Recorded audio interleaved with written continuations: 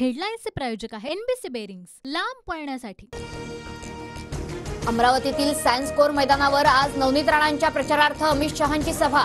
शहांच्या सभेसाठी बच्चू कडूंना मैदान नाकारलं, बच्चू कडू आक्रमक। गृहमंत्र्यांनीच कायदा तोडला, अमरावतीत सभेसाठी मैदान नाकारल्यानंतर बच्चू कडूंचा शहांवर निशाणा। 26 तारखेला अमरावतीत हिंदू मुस्लिम दंगल होण्याची भीती, राणांनी भाजपची संस्कृती बिघडवली, कडूंचा राणांवर हल्लाबोल। बच्चू कडू रॅली काढून आंदोलनाची पुढील दिशा ठरवणार, तर कडूंनी सामंजस्याची भूमिका घ्यावी, शिंदे फडणवीसांचं आवाहन। सोलापूर आणि अमरावतीमध्ये राहुल गांधींची आज जाहीर सभा। सोलापुरातून महाविकास आघाडीकडून प्रणिती शिंदे निवडणुकीच्या रिंगणात। शरद पवारांची आज माढा आणि धाराशिवमध्ये सभा। माढ्यातील मोडनिंबमध्ये धैर्यशील मोहिते, तर तुळजापुरात ओमराजे निंबाळकरांच्या प्रचारार्थ सभेचं आयोजन। मुख्यमंत्री शिंदेंसह उद्धव ठाकरेंची हिंगोलीत सभा। बाबूराव कोहळीकरांच्या प्रचारार्थ शिंदेंची वसमतमध्ये, तर नागेश पाटलांसाठी ठाकरेंची हदगावात सभा। आज दुसऱ्या टप्प्यातील लोकसभा निवडणुकीच्या प्रचार तोफा थंडावणार। महाराष्ट्रातल्या 8 मतदारसंघांसह देशातल्या 89 जागांवर 26 एप्रिलला मतदान।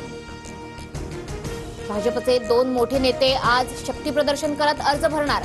बीडमध्ये पंकजा मुंडे, तर जालन्यात रावसाहेब दानवे आज उमेदवारी अर्ज दाखल करणार।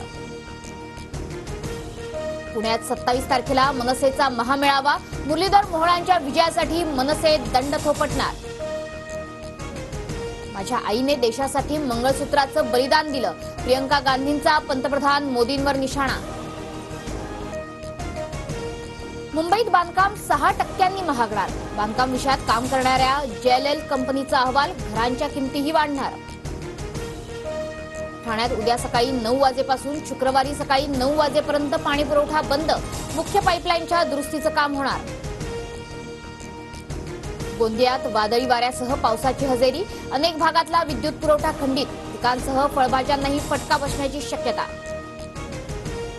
पुण्यासह अर्ध्या महाराष्ट्रात वादळी वाऱ्यासह पावसाचा इशारा, तर विदर्भात मेघगर्जनेसह पावसाची शक्यता। अदानी वीज कंपनीची वीज महागली, 30 लाख ग्राहकांना फटका बसणार, प्रति युनिट 70 पैसे ते 1.70 रुपयांची वाढ।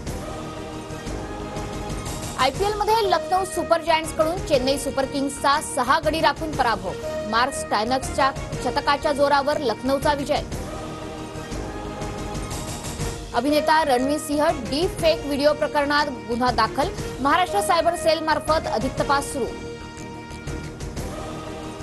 हेडलाईन्सचे प्रायोजक आहे एनबीसी बेरिंग्स, लांब पळण्यासाठी।